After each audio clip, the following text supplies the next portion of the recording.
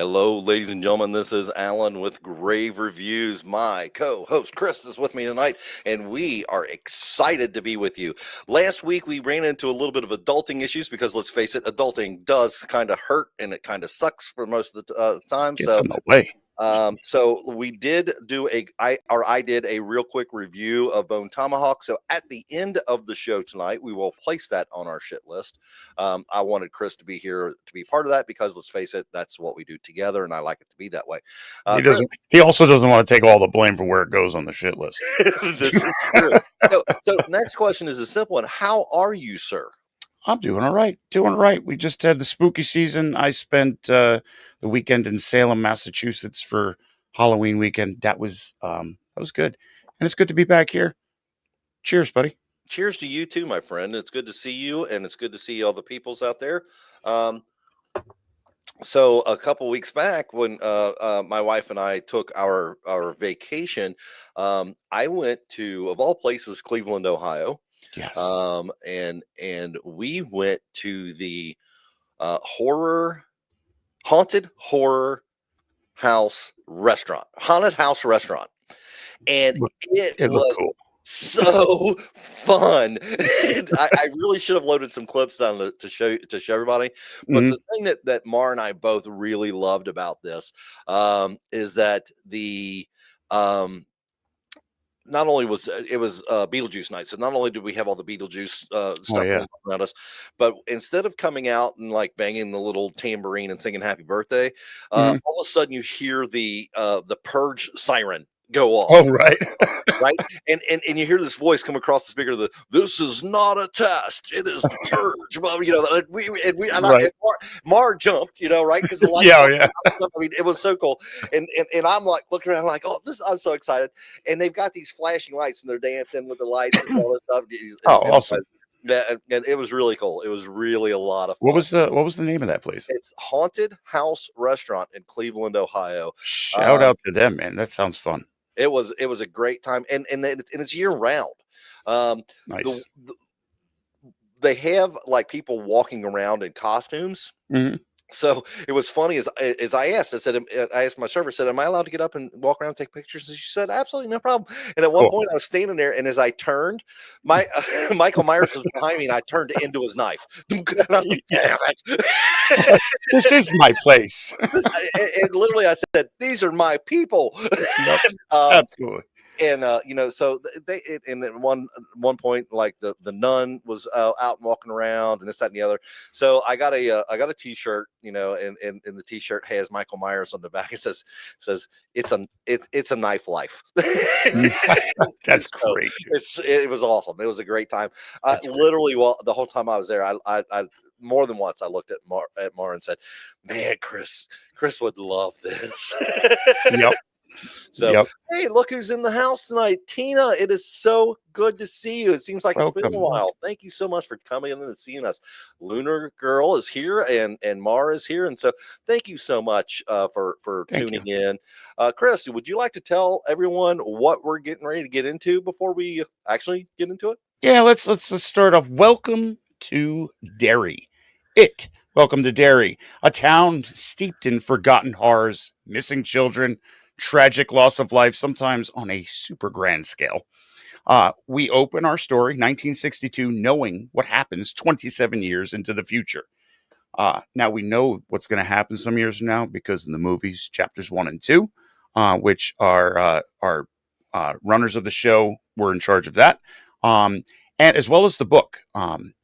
Now we are welcome to a place where we can connect many moments to the It mythos, as well as Stephen King's Macroverse, which is his entire universe, multiverse, all connecting by beams in the Dark Tower, if we should say. Okay, that being said, the opening scenes, the beginning scenes of this movie is to set up a poor, abused child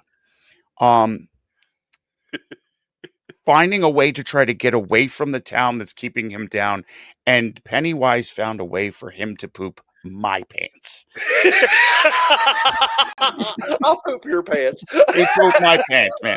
Then we get the 4 years later startup. It's like an earlier version of the Losers Club, which would be the club that eventually defeats Pennywise, the dancing clown. However, you may need to keep those name tags fluid on this new Losers Club or write them in pencil. Pennywise is salting his meals in graphic detail. Yes, hell, there are times that I'm not sure which kid pooped my pants. This creature from the Tadash space is not playing nice, and the night is dark and full of terrors. An origin story, and we are not eased into it. No, we are not. That was a great explanation for this.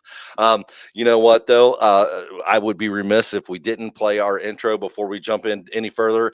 Yes. Chris, that was golden, man. As soon as you remind me when we come back from this intro to tell you about the "I'll poop your pants" story.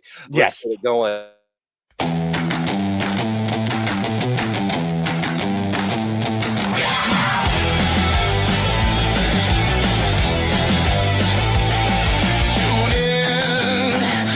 Down the lights. It's time for Thursday night frights. We're here to be your guide through horror, thrills, and schlocky slides. Thursday night, feel the scare. Horror talk beyond compare. They'll roast, they'll toast, they'll recommend what's creepy, what's scary, they horror.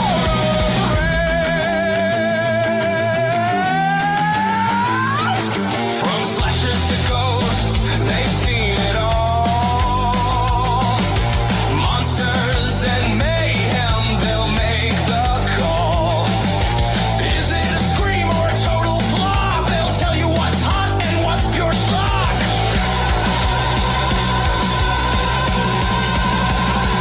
Thursday night, feel the scare. Horror talk beyond compare. They'll roast, they'll toast, they'll recommend what's creepy, what's campy, they horror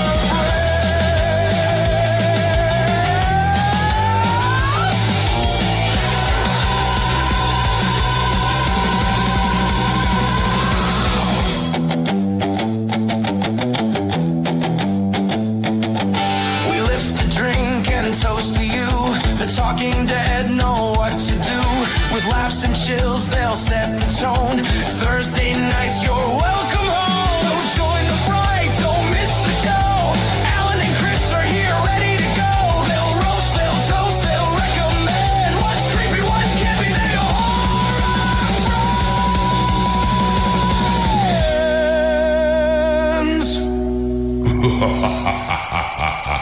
Thursday night, feel the scare. Horror talk beyond. I absolutely positively love that. I love As soon as you said Pennywise found a way to to poop your pants, Yes. I lost it. I was working with this guy in at one point in time, and he was like a direct supervisor.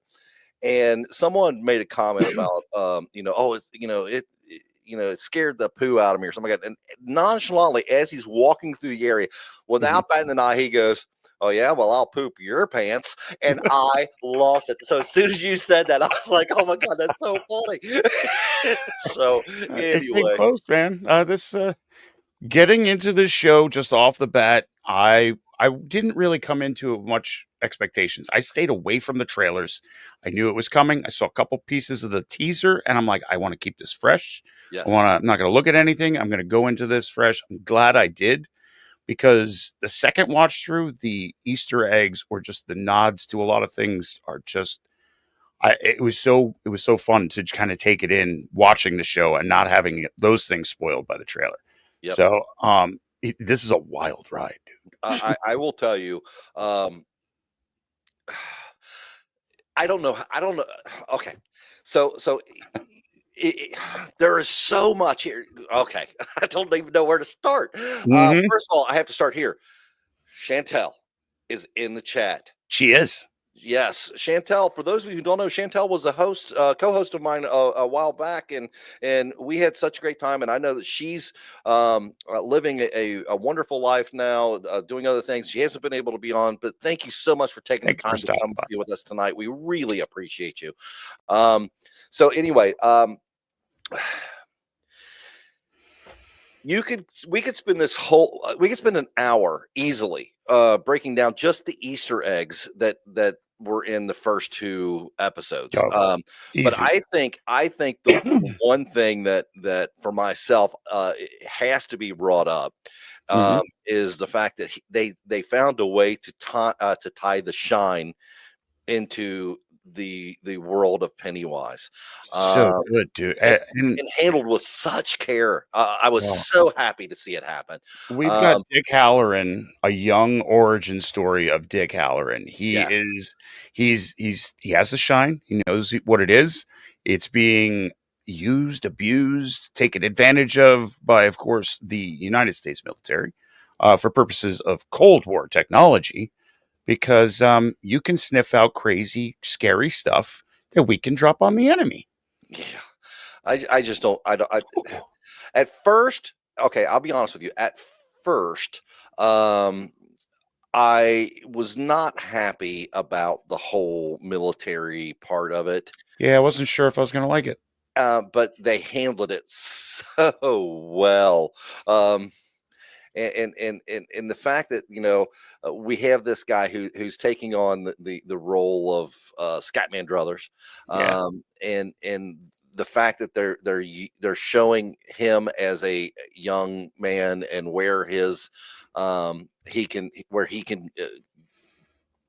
add to the story, so to speak. yeah, I thought it was so well. I thought it was so well done. yeah. I read that he looked into all of the characters that all of the portrayals of Dick Halloran through The Shining. The Yep. Shining, that was a series that he's had multiple parts played by multiple people, and he kind of took it all in and was like, okay, I'm the youngest version of all of that. And unfortunately, in Kubrick's movie, he was killed. Where in the story itself, he's alive. Like Yes. he's one of the only ones that's not immune, but pretty damn close to the problems in the hotel. Yes. So to see him as a young man trying to figure out his way, we get the sense that he's not there because he did good things. Like it Yeah. at least seems like, hey, we found out you have a gift, and it's the only reason you're here. Otherwise, you'd probably be in jail. It's Yeah. how it kind of comes off. Because we're in the 1960s, and I love the fact that with the military. Okay, so let's take the military aside for Okay. just a second. Yeah. We all know that Pennywise feeds on fear. He's Psychic vampire.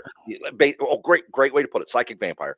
And he has shown the ability that when he is awake, he really takes over the whole town and places the dread and so forth in the town. And literally, um, you know, I heard someone make this comparison, and I thought that was great. He is Wanda, right, to Mhm. Derry, right? I thought that was Absolutely. a great.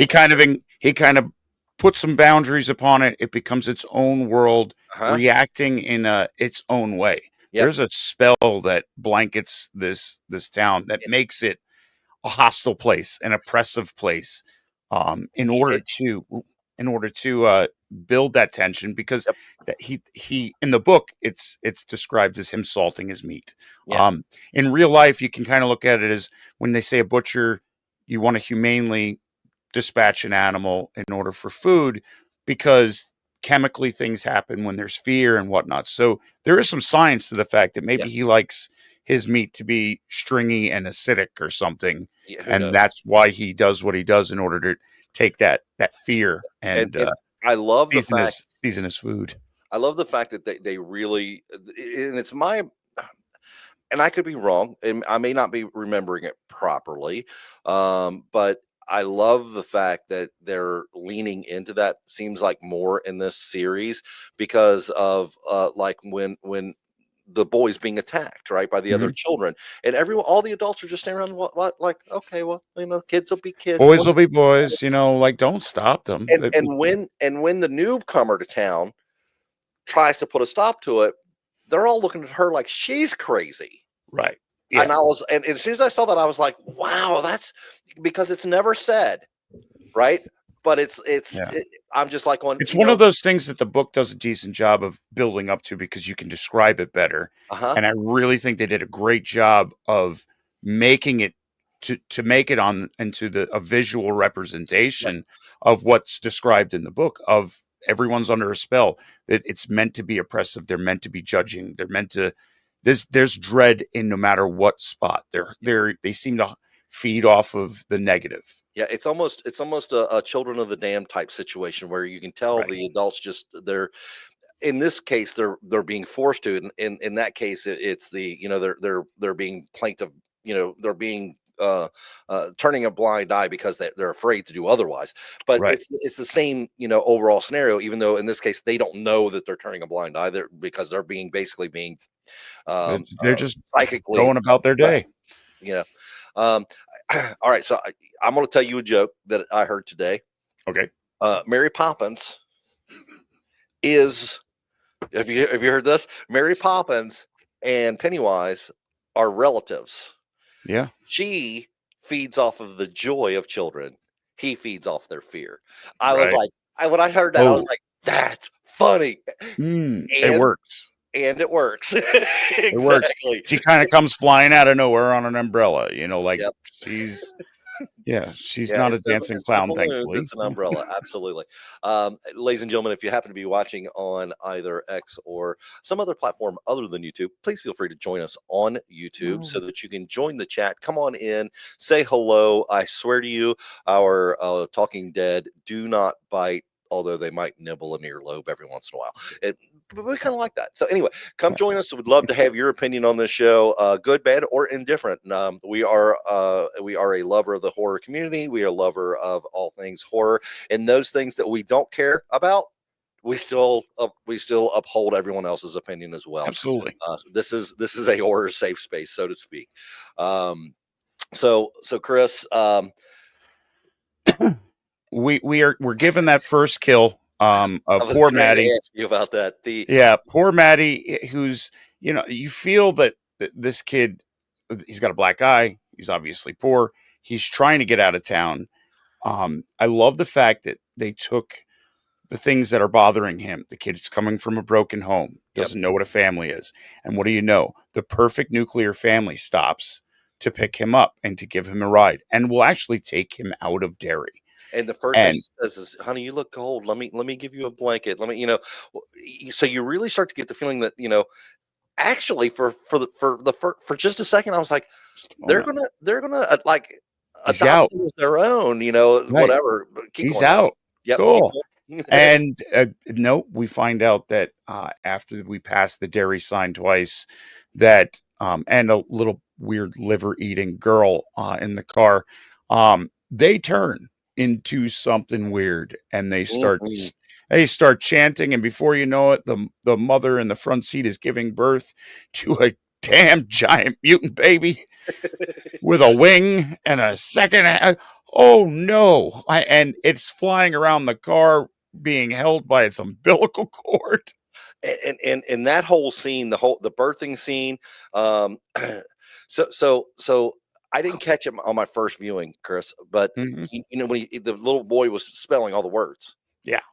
And I can't remember what the word was, but he stopped halfway through because he was interrupted by his sister. And then he paused and picked it back up. And the last part of it he was spelling was lies. Lies. Yes. Yeah. Yes. And then he went into, like,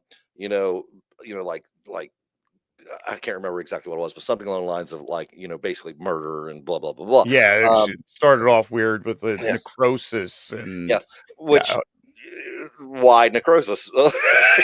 That's when we see the baby. Yeah. But the thing was, because we know that Pennywise eats or feeds off of fear, right?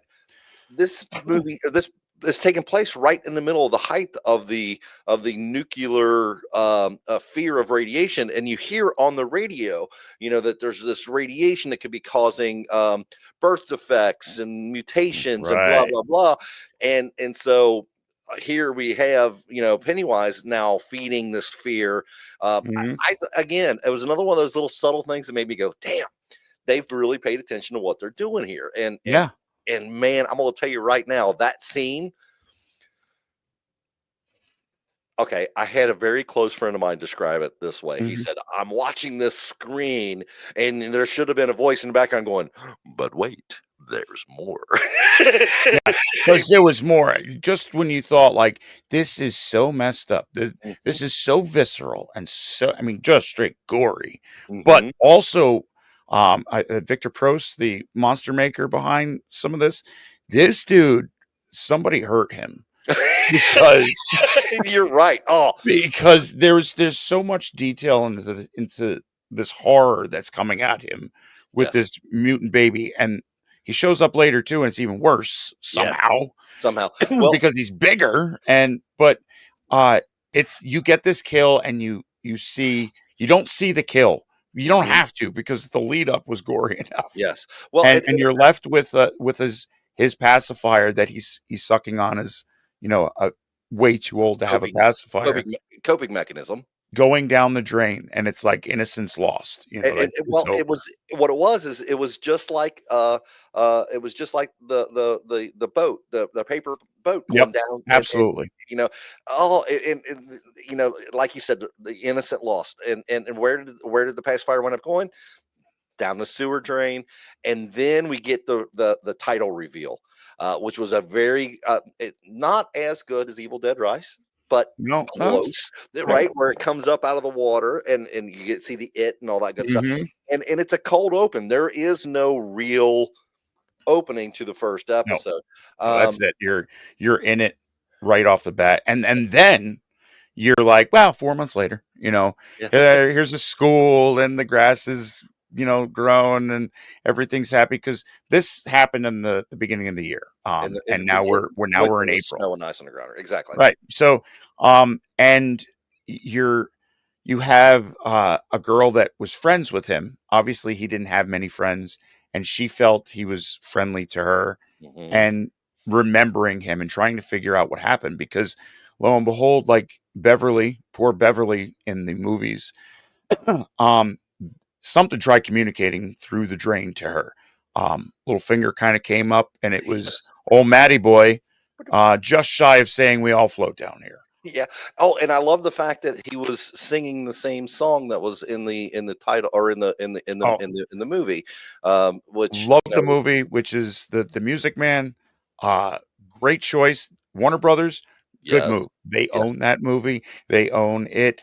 There's a perfect blend of, we can take this movie and add things to it. And it's a great moment of a con man coming to town to get the citizens all worried, and manipulate them into all their fears in order to make money. And it's just a perfect jumping point for, this is Pennywise. He's come in. There's yep. trouble. Oh, there's Oh, trouble. I agree. I agree. So, And so we had this, and then it's okay. So for those of you who may not know, we will spoil, just so you know. Hopefully light spoils, but spoils. Mm. This show, though, is not, even though, as Tina said, that she, the monsters are horrible and gross, and she loves it.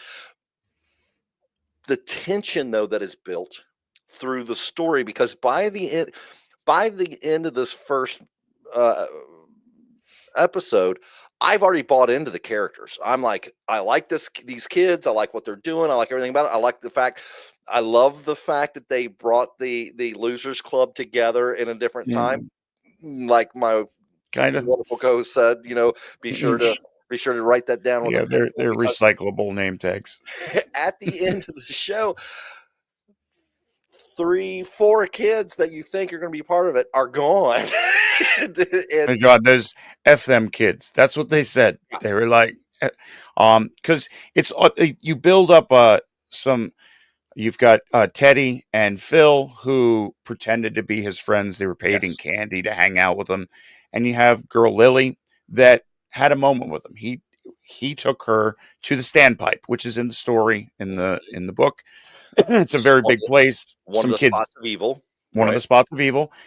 He takes her there, and they have a moment where, and I will say, I really think this moment was taken from Gremlins because Ooh, I didn't she think has a you're right. monologue. He asks her what happens to her father, Yeah. and it's a never an unforgiving shot of her telling the story of how her father, because she needed her toy, she left, went back. There was a problem with the machine. He crawled into the machine. Never do that, and was cut to pieces. And the rumor around town was that his body parts were sent to all corners of Maine.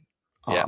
In the pickles. They were in the pickle jars. In the pickle jars. Right. He was cut up. So I really feel this is a Gremlins moment of telling my father who brought the It's stuck presents in and the fell down chimney. the chimney. You know, like Right. that's the story where we're going. I will say this though as well.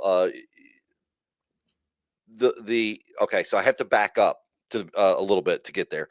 When you see that the mascot for the school is the turtle, right? And then you get into the school and the turtle is handing out the flyers and Duck that and was cover. that was a true thing at that point in time, that the military was saying, Cold War, Cuban the Missile Cold War, Crisis. that if there's a nuclear attack, the kids, be like the turtle, use your desk or something as a shell and tuck it underneath it. That was all a real thing. But in Stephen King's world, and I can't pronounce it, Chris. You Mature probably, him. thank you. Mature. Yeah. Is basically God, right? Yeah. He And created everything because he threw created up. everything. This universal turtle that created everything, and Mhm. it's one of those things. It's not really a turtle. That's how he chose to be Right. portrayed, and is anti it. Anti as the opposite of it. He provides life and He safety. All provides this, light, yep, and and it so takes it so away. so the theory is right that our female protagonist and they switch their pieces, and she gets the turtle, the little Mhm. amulet, and puts it on her bracelet.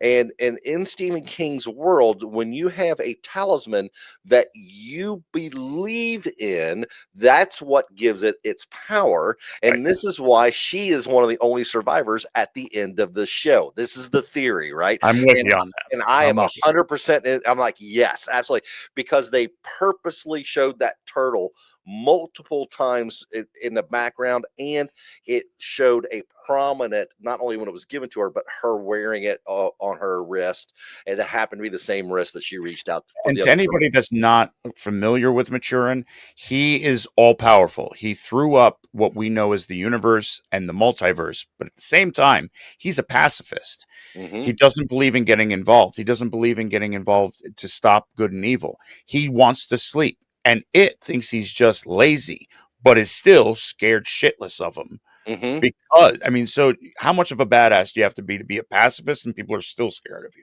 Yeah, because literally, it's the telling of the Christian God and Christian devil. Mm-hmm. The devil hates everything that God stands for, but is scared to death that all he has to do is say a word and Right. his existence stops. And that's Taunt what, them, yeah, but be and ready to run.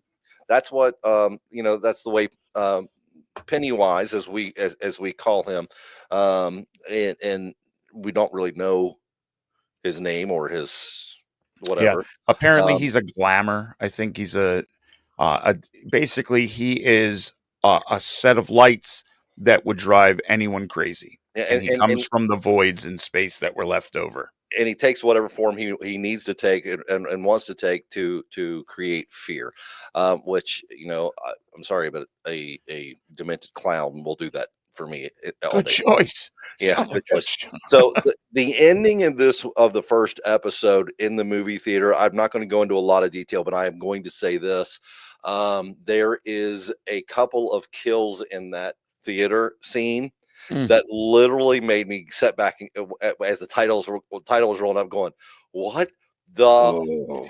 fuck?" Whoa. Rewind, watch it again, because I was like, holy mackerel. The face into the window, bam, that whole, oh my gosh. And then the second one starts exactly in the same place, but all from our heroine's point of view, which I thought was really well done, because she's looking left, looking right, and you're seeing where she's looking.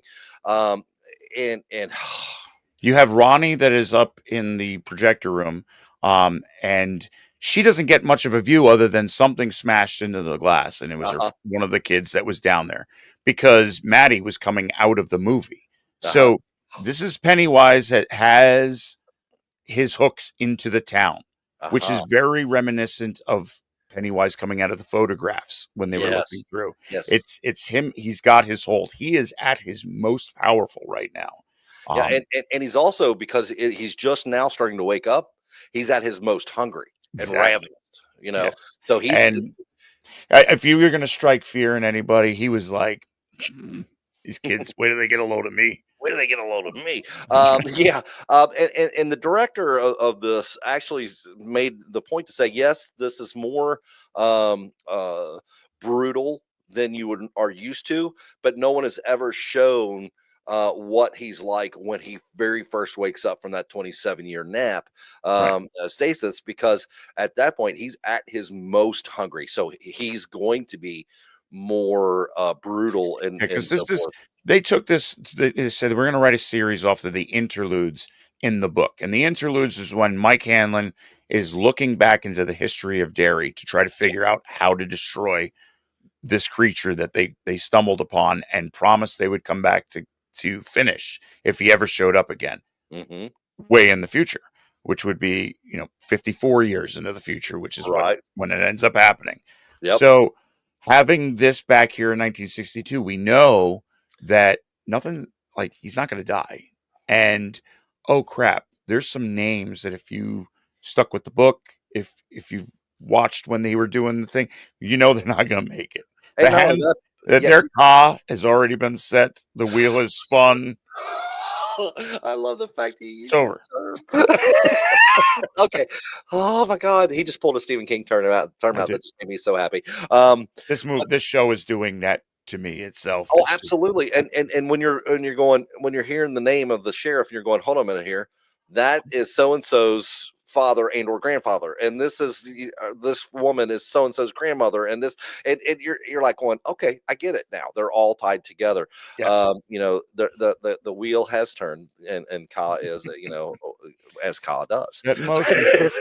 So oh my God. Yeah, we end this one with basically what's her name? First of all, episode 1. I hate Patty. I hate the friend. Not Madge. Her friend in yes. The one that's kind of in between worlds of the cool group and her friend, who's trying First to episode, use. Don't like her. She's gonna screw over her friendship just to be popular. Yeah, Marge. Thank you, LG. Yeah, Marge. She's really trying her best to do whatever she has to do to fit in with the what do they call them? The patty cakes. Yeah, Patty runs the patty cakes, where their thing is they do a little patty cake thing. But Clara Stack, the girl that plays Lily, that girl has such a good scream when she rips out at the end, where she's just like covered in blood and so good, such a good scream. It was really good. And then, as we said, the second episode starts with the same scene over again. Only this, you realize that she's dreaming, and then we get our actual first time. Right on the second episode, we get our first actual intro, and boy, that is, you could literally, again, we could spend an hour of this episode breaking that intro down, because what we're seeing happen. So much going on. Okay, so for those of you who are watching the show and may not know this, Tina, you indicated that you are watching the show. They've already greenlit season 2, and season 2. Okay, 2 and 3. And so what they're going to do is next time you get a chance, watch the beginning of episode 2, because I have a feeling that the intro is liable to be different on most, if not all, episodes. Every single one of the letters of Derry that come up and it goes through is going to be a portion of of the next season. The reason for the next season. So, all the things that we've seen throughout all of the It movies, where that he's in the library and he's looking at the history, and you see the big fire and all this stuff. This was all done by Pennywise. So we're going to get a 27 years earlier, 27 years earlier, 27 years earlier. And you can only think that as Pennywise is feeding, he's also learning how to keep, because you can't just like wipe out a town, because then the town's gone. You got to find somewhere to go. So he finds, and you learn this in the book, he finds ways to give them prosperity in the times in between, in order to make sure they keep coming back. And then I'm going to drop this fear on them every 27 years, feed for about a year or two, and then I'm going to go back to sleep. But during that sleep, I've got the ball rolling for things are going to look up. We're going to forget about the bad things. It'll be the taboo subject nobody talks about.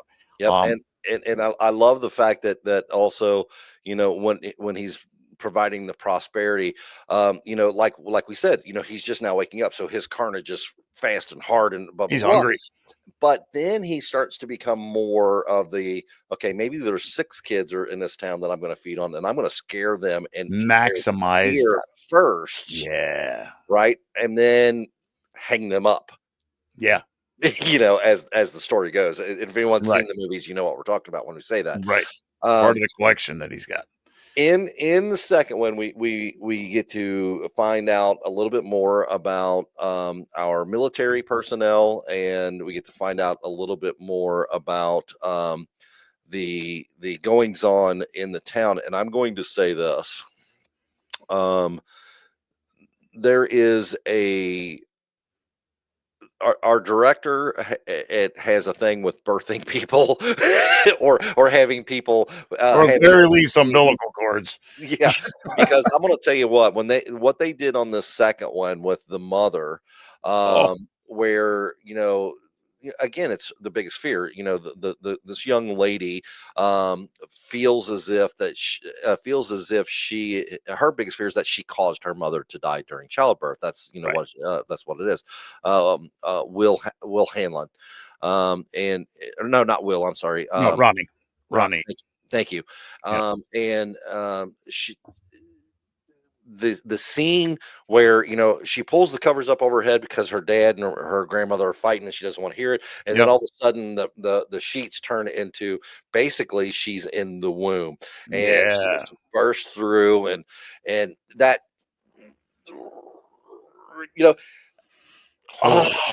that whole like scene, and like apparently they filmed this over like 11 months or something. Like they started it in May and had to come back in December. There is so much goo and slime and like truth, Tina. Somebody hurt him. I'm telling you. I'm telling you too. Either that or she got ejected out of this bedroom, this bed turned mother's womb. It was, oh my God. Whoa. It was, and then when she kind of comes out of it and looks back at her bed, you see how the covers are like piled up and everything, and you see the outboard shape. I was just like, it's still there. Like, again, even though it was so horrible and horrifying and all the stuff that made me have the chills, I'm still going. Yeah, like I get it. They hit it so well. It's very visceral. It's very it is a body horror kind of thing, but it also turns into just like when the mom comes like up close and her face changes and she starts laughing. Even I was like that time I knew Ronnie pooped my pants. Yeah. Because holy, like wow, that is. That it was horrible, and like Tina said, and with the teeth, the it teeth, right, that we saw in the movie. Yeah, I agree with you on that, Tina. That was just it was horrible. But again, crazy. I have a feeling I'm gonna say this so many times while we're talking about this. The special effects are phenomenal. They are gory, they are horrifying, but they are nothing compared to the actual tension build that we're getting in every episode. This just makes me just sit there going, like, what's gonna happen next? Yeah. And the voice the voice still says, wait till you see what's next. Right? Right. There's more. There's There's so more. much more. It does a great job of bringing the Hanlon family, which is Major Leroy Hanlon, who's come to work at the Air Force Base, Yes, brings his wife and his son, Will Hanlon. Will Hanlon is Mike Hanlon from the movies' father. yes, So yes. Leroy is the grandfather. And that tension of 1960s rural Maine, that there is a racial element to Yes. how people carried themselves there, and it's nice to see some people were outside of that group of people, Well, and because you're in Maine, you're up because north, you're in Maine, you're right? right, and Yeah. but there is that tension of the time period, and Yes. it's something that needs to be there, but it's taking those things that are real life and intensifying them, because Yes. that's what Pennywise does. It takes the real life horrors and fears. He feeds on kids because it's easy to scare them and Right. scare them really. Adults, you're going to like, oh, your phone bill's overdue, like, I'm being attacked by an overdue bill. It's not as gory. But so to be able to take the real world elements, Yep. the Cold War, the threat of nuclear war, the Cuban Missile Crisis that could be hit in minutes, the racial divide that was coming through with equality rights, Yep. all of those things are intensified in Derry because Yep. Derry's been cursed Hmm. since the beginning. Yes. Yes. And later on, as we get into the street gang story, which will probably be the next episode or the episode after that, the fact that they actually introduce that visually in a Told very it. It's one of um the beacons to yeah, find it yeah. is the So, so leftovers of the so the gang. military is actually trying to find a weapon that they know causes fear, and the reason that have our hero looking for is because he was hurt, and the portion of his brain that tells him to be The afraid was amygdala was damaged. damaged, Thank you. does Um, not feel fear anymore. well, as far as we know, As and far I as we don't know know. that. I don't think that that's even necessary at this point, because if it once Pennywise is awake, he doesn't have to fear you to kill you, or have fear to kill. He just wants to, because that's what he likes. Right. That makes, like you said, he's salting his meat. But it's going to be interesting to see, because as we all know, you can't you could damage it enough, this entity enough to make it want to go back into hibernation, but you can't kill it. Right. So it's going to be interesting to see how they play that How they as pull we that go off. on. Yeah, as we go Absolutely. on. Now, something that a lot of people did not know, including myself, until I was doing some research for tonight, the pickle scene, which was so well done. Oh, Again, very gross, very horrible, but everything up to it, where she's walking through the store, and the aisles are closing her off, and it's becoming a maze, and whatever. The give daddy a kiss was Bill Skarsgård. yeah. And the whole, like, the dancing guy behind, like, to be able to say, like, he even said when he was doing this that it was Muschietti said that, you try to think out of the box, maybe dance around and whistle while Hmm. you're creeping up. So it's not just the looking around the shelves, but it's like you see these flashes of him And they're like, dancing and whistling. Yeah, Bill Skarsgård whispering that. yeah, And we're straight back rooms. If you've ever seen that whole that the shelves are moving behind her yes. until she is completely surrounded by pickle jars. I absolutely loved the way they progressed that scene, where you see you see the one guy who's which is basically Pennywise Mhm. chasing her, behind her, Yeah, but you see the other patrons, and they're giving you that same "I don't care" look, right? And yeah, and they're doing it as she's kind of trying to, you can tell she's scared because she's looking around, and things are moving and changing, and it really is building a tension that's almost, you can almost reach out and touch it. But yeah, when she comes to that square, right, and all the pickle jars and all that stuff's around, I was like, wow, that's just. And then the rumors come true. Pieces of her father are all in these jars. When it does the Rubik's cube turn, he was sliced up, so like one jar has his face, but it's uh-huh. oh and wow, you see it turn, and then it's like, give daddy a kiss, and I was like, that crazy scene.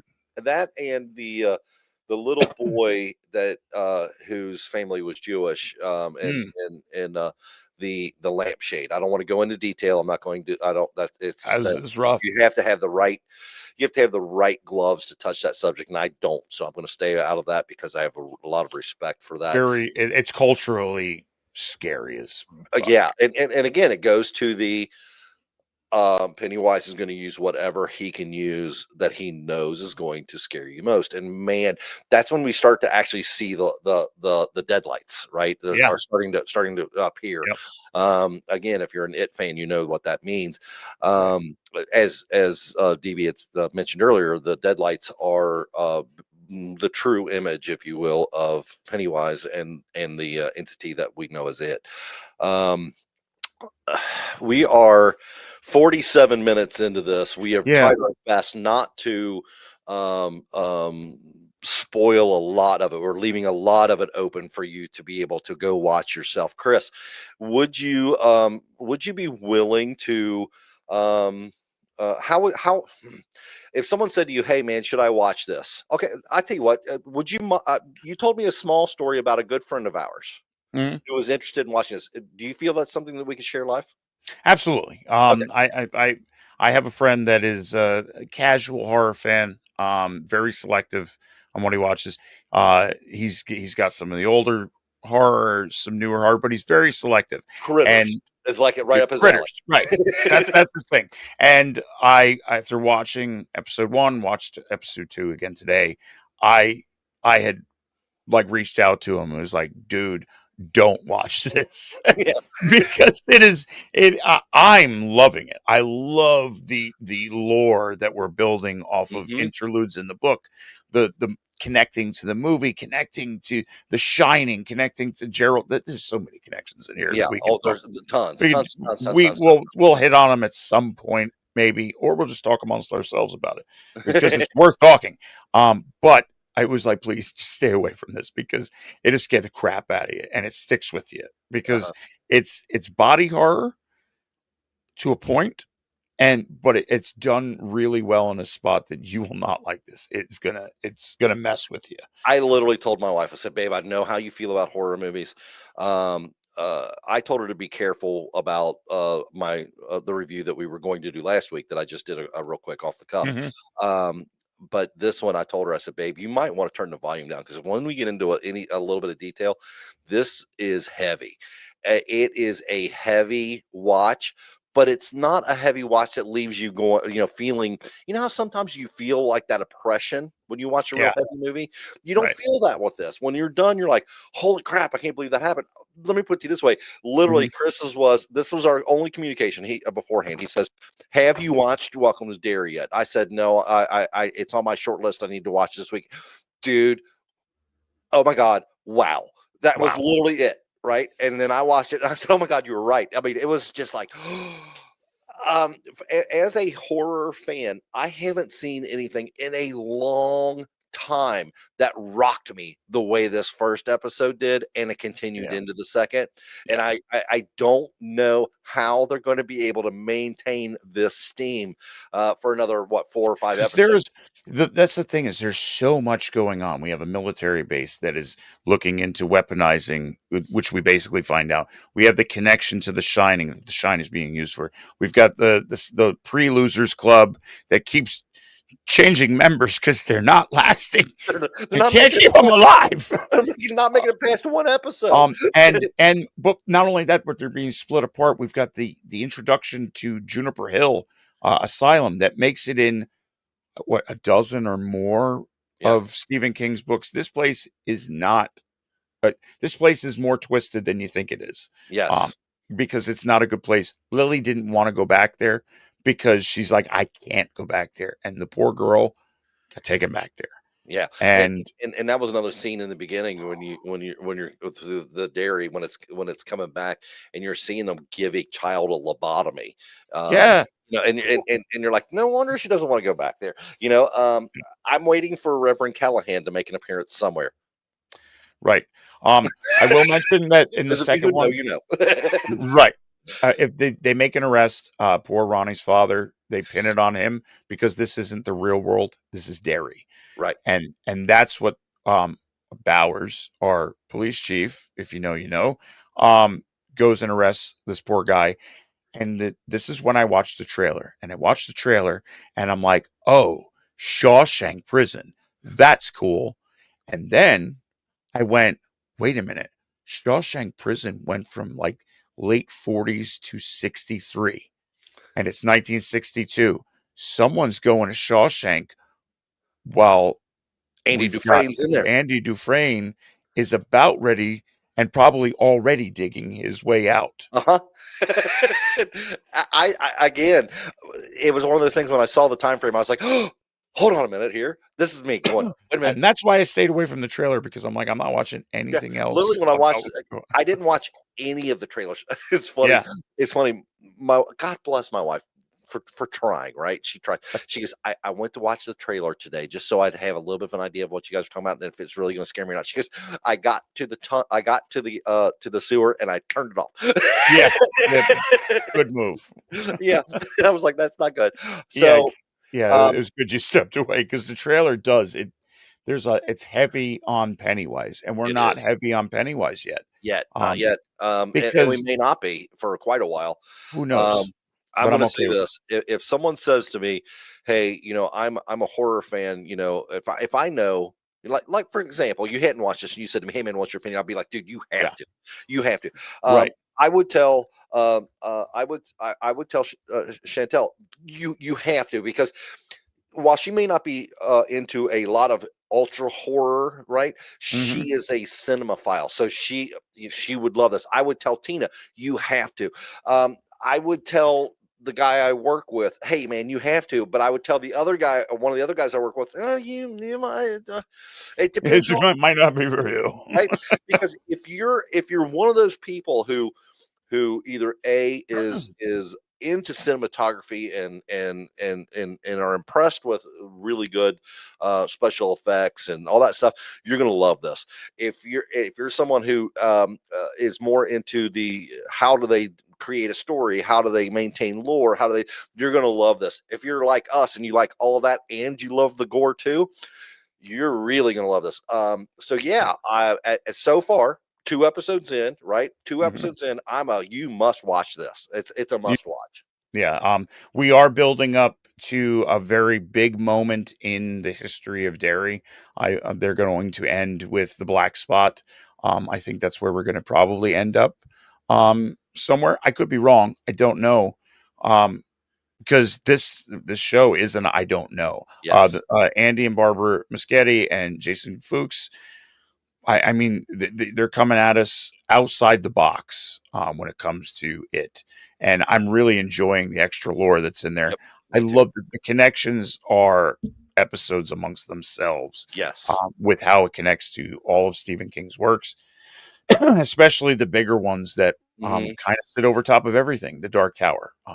And this is one of those books. It's a quintessential read for Stephen King. And they're doing really well with the prequel series. The fact that we're going to go back further and check more and more out. Yep. I'm super excited for this. I am too. I will tell you the one. So here's okay. Are you ready for this? Chad, our Talking Dead. When I heard they were doing a Derry series, a prequel to it, I literally went, but why? Do we need it? Do we really need that? We don't. We've got the book, blah, blah, blah. And then I saw this and was like, who am I? I'm nobody. Yeah. Good thing yeah. no one listens to me. Hey, I was wrong. I did need this. I gonna go change. But Yeah, thank you. because they pooped my pants. Right. Yeah. I mean, that it wasn't nice of Maddie to poop my pants like that, but thanks. But thanks. Because I guess I needed that. I will Yeah. say this as creep factor is concerned, because as you both and I both know, we love the gore and all that stuff, but the creep factor Yeah. is where it's at. Maddie on the big screen in the movie before the demon comes through, when he's just sitting there holding the baby and he's got that Pennywise crooked smile. Skarsgård. Oh my god, so well. Anyway, And I agree, Shanti. I wrote it in the chat there. The fact that this didn't just like, bleh, here's all the episodes. I love the weekly format. It's something to look forward to weekly again. I like that feeling in a show.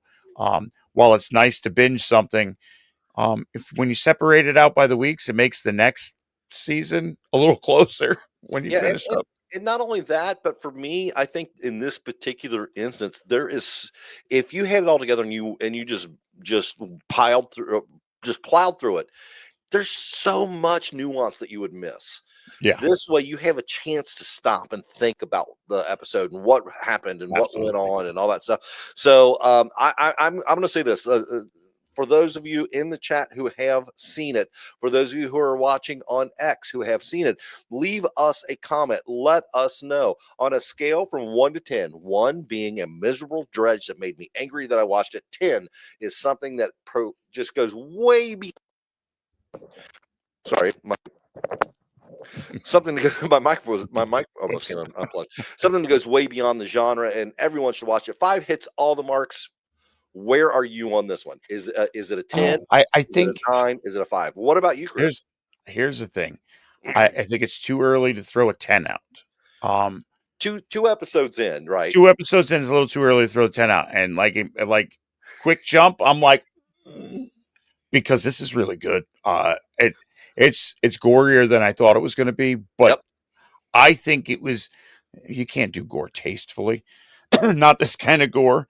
Yeah. But I think it's done enough to really imprint it on you, but then bring you out to like and back to your baseline. Your baseline is everybody is judging you right now. Yeah, and the world is a scary place. So, and the thing that I love about it is, let's just say that gore. Say your baseline right now is at a 5, right? Yeah. And then you have the gore, and it brings you back to the baseline. Your baseline's now 5.5 to 6. Yeah. Right. They're slowly notching this thing up. And I know we're only 2 episodes in, and I'm telling you right now, this is great. Yeah, I'm with Jonty. I'm rounding up. I'm giving it a 9, man. Yeah, I'm with at a 9. I'm a 9 also, ahead. You know what? I'm not going to say that. No, the first 2 episodes of this was perfect. This was a 10. It was really good. The first 2. Now that could change as we see more episodes coming on. The reason I'm calling it a 10 is because of all the little details, the jade dragon, so many of them, all these little things that are just they're there, and every time this is one of those things that as a Stephen King fan, you could watch it and multiple times and every time pick up something a little different than you did before. I'm saying a 10 now. Weirdly enough, I'm going to be a little bit more reserved. I'm holding off on going 9, but it is a strong showing 9. Yeah. And I'll tell you what, we watched episode 2 again today. Just a little while ago, I went and ordered the paperback or the hardcover version of the book so we can read it again, because I have a paperback somewhere in this house. So we have a new person in our chat room. Yes, we do. His name is Gene. Gene actually works with me, and so we have to, at this point in time, welcome him properly. Chat room, the Talking Dead, please do not bite, but maybe a little nibble on the neck. He might like that. And as Gabba gabba, we accept you, one of us. Gabba gabba, we accept you, one of us. As we like to do, say welcome to the show. You are now a member of the Talking Dead. Thank you. Just by being here, doesn't cost you anything. And come back soon and say hello to everybody in the chat. Say hello to Gene. We are glad that you are here. Welcome. One of us. Absolutely true. So Yes, if you're Yeah. a horror fan and you don't mind the gore, watch this one. Absolutely, Chris and I are both rating it very high. Our chat room is voting it very high. You must see this one now. Because we had to bail last week because of adulting, and as we like to say, adulting oftentimes does indeed suck. We're going to redo our shit list because we have to add the movie that we were supposed to add We have an last empty week, which is slot that Bone needs to be filled. Tomahawk. I walked away from Bone Tomahawk giving it a 9, even though it was a movie that I personally was kind of reluctant to watch. Right. I would ask you, Chris, give a short idea. You're a short idea on the merits of Bone Tomahawk by. I will give it. It's a nouveau western / horror. Mhm. It's definitely on the new side of a new westerns. I was pleasantly surprised by it. Of course, we're giant Kurt Russell fans, who, by Yes. the way, broke out the original tank top for Halloween and kind of showed it off from little Big Trouble in Little China. Love Pretty it. cool. Big Kurt Russell fan. Of course, he does well as a sheriff anywhere he's in. Yes. I really enjoyed this movie. It was a strange story. I'm right up there. I'm giving it a 9. I did not think I was going to like it because Yes. it's a little weird and wonky. Stick through it though. It's a crazy story in the end. Yeah. Yeah. As So as I said last week when I was kind of covering it on my just little off the cuff rant on it, it's a much better movie than it deserves to be, because the acting in this movie is so over the top good.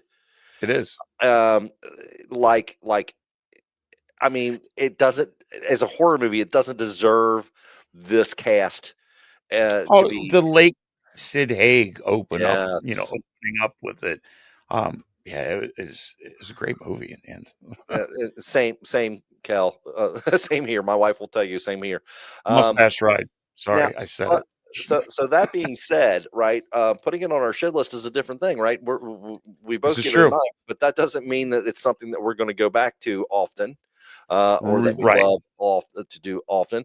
As much as I love Kurt Russell, who actually is in the movie, he's in our number 1 spot, by the way. It's true. Where do you think Bone Tomahawk should land on this list? Because I'm going to tell you, as much as I love the movie, I don't think it needs to land near the top.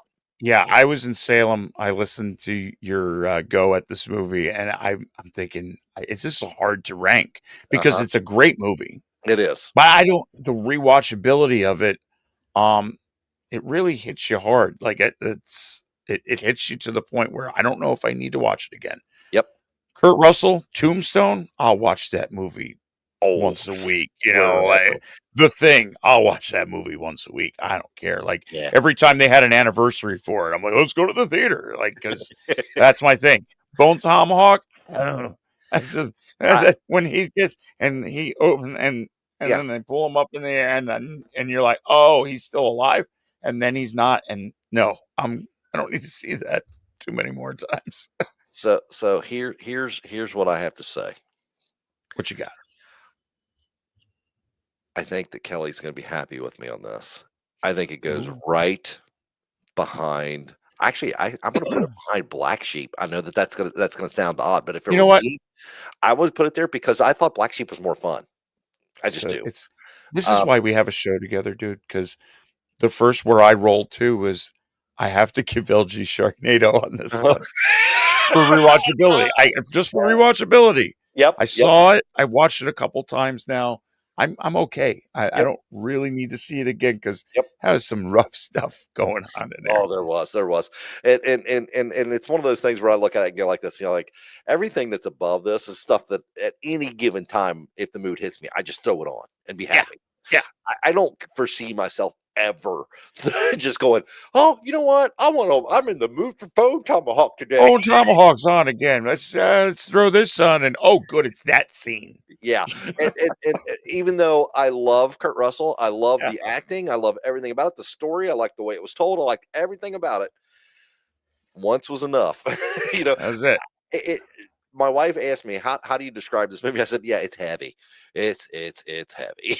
You're That's wondering what's going on up to the point of now it's all going on, uh, and there's no getting out, and there's no no, one seeing any of it. no. And So the one scene with the drawn and quarter, only there were no horses involved. That was a rough that walk. poor dude was making noises way too long into Way that. too long. Way too long. That poor bastard. Yeah. So okay, we're done. We're done. Yeah. So here's the question that I have. All right, I tell you what, you and I going in, we said, hey, do we want to do this show again next week until it's done, or do we want to pull something off the wheel? How about we do this? Talking Dead. Would you like for us to spin the wheel and watch another movie for next week? Would you, by doing so, we would put Derry off and do another 2 episodes together like we did tonight? Or would you like for us to just continue on this as a weekly basis until it is I'm an done? episodic kind of thing. Let us know what you would like for us to do, and we, as your humble servants, will see to it that it's done that way. Absolutely. It's entirely up to you. Let us know in the chat real quick. Plug it in while they're doing LG just said she does. I know what that's about. She's all in. While we're waiting to hear from Chantel, while we're waiting to hear back from Tina, from Miss Mara if she happens to be listening. Chris, tell us what's going on. What would you like to say to everyone before we actually log off for the evening? Well, of course, here, Grave Reviews, Thursday Night Frights. We like to hear from you, whether it's in the chat right now, in the comments section after we're done talking. If you pick us up later on, make sure you leave a comment, slash the like, stab the subscribe button, ring all the bells, so that way you are warned when we are going live on whatever platform. Watch us on all the platforms that we spread to. Show up in the YouTube, say hi, become part of the Talking Dead just for being here. We appreciate every one of you. Absolutely. LG has put in the live chat for the show our bio.link/graverev. Click that link, and that will take you to all of our socials. Fartbook, there's Insta, there's TikTok, there's everything that's there, including our merch store where you can get some awesome Grave Reviews swag that's in there. I suggest the shirts are nice. I like the Grave Reviews on the front and the At Thursday Night Frights on the back. One of my favorites. Like I agree with you. It's my favorite design. Yep. Also, stop by. We also have our email in there. Shoot us an email. What do you think? We've had some people reach out to us and say, here's a list of movies we'd love for you to cover. We'll put them on the wheel. And we spin that wheel every week after Derry is over, because that's what it looks like is everyone but one is saying do it on a weekly, which is probably a good idea, because maybe we can get into those little bits of Easter eggs a little more one at a time, because there's just so many that happened in the first two. We literally tonight just tried our best to give you an overview of what was happening, and where the different characters were and things along those lines without totally ruining for someone who hasn't seen the show yet. Because I know for a fact, Gene was telling me tonight he has not started watching it, and he want to. This is one of the guys I said, yeah, I would tell them that, but some maybe not. So yes, if you get we come out Sunday night, get a chance to watch it between Sunday and Thursday, and then join us on Thursday nights, where we're going to go live and we'll cover this episodically. Reach out to us. We'd love to hear from you. Absolutely. As always, we want you to stay spooky out there, friends. Ladies and gentlemen, thank you again so much for being here tonight, whether you're here on YouTube or for your X, Twitch, whatever the case may be. We appreciate you. Please let us know if you're on X right now, or Twitter, or as we like to call it, Twix. If you're on Twix right now and you're not leaving us a message here, leave us a message on our post for tonight. Let us know what you thought. Your opinion is highly wanted and needed. We love to hear from you. And as Chris said, stay spooky. And as we always like to say, may all your nightmares be groovy. Have a great night, everybody. We thank you for joining us, and we will see you next week. Have a great night. Hi, friends. Did you notice that they do smell different when they're awake? Definitely. Yeah.